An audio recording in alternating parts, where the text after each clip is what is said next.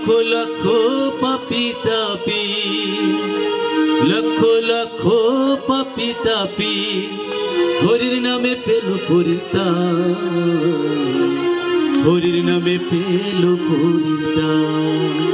কি সত্যি না? যদি নিতাই যদি না আসিত তাইলে হরিনাম কে প্রচার করিত? আর যদি গৌর যদি জগতে যদি হরিনাম না প্রচার করিত তাহলে জীবের কি দশা হতো? তাই তাই এনেছে হরির নাম।